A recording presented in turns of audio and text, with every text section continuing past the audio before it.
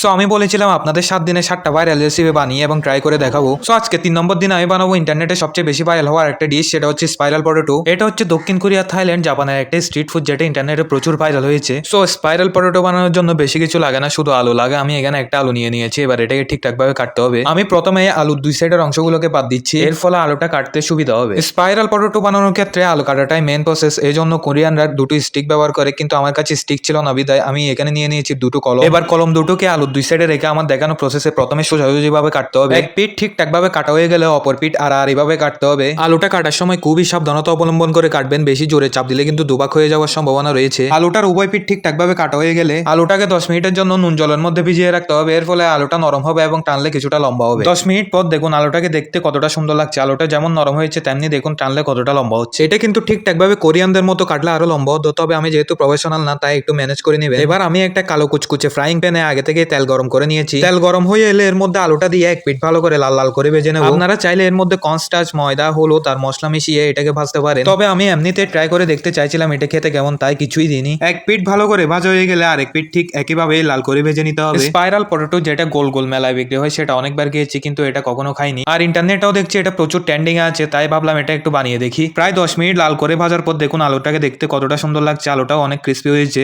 এবার আলুটা একটু গরম থাকতেই এর উভয় পিঠে নুন ছিটিয়ে দেবো। আমার সবচেয়ে দারুণ ব্যাপার লেগেছে আলুটার খাঁজ কাটা ডিজাইনটা, খেতে সত্যি বলতে সাধারণ আলু ভাজার মতোই। সেই আপনি ফ্রেঞ্চ ফ্রাই বলুন, স্পাইরাল পটেটোই বলুন, বাঙালির কাছে আলু তেলে দিলেই মানে আলু ভাজা।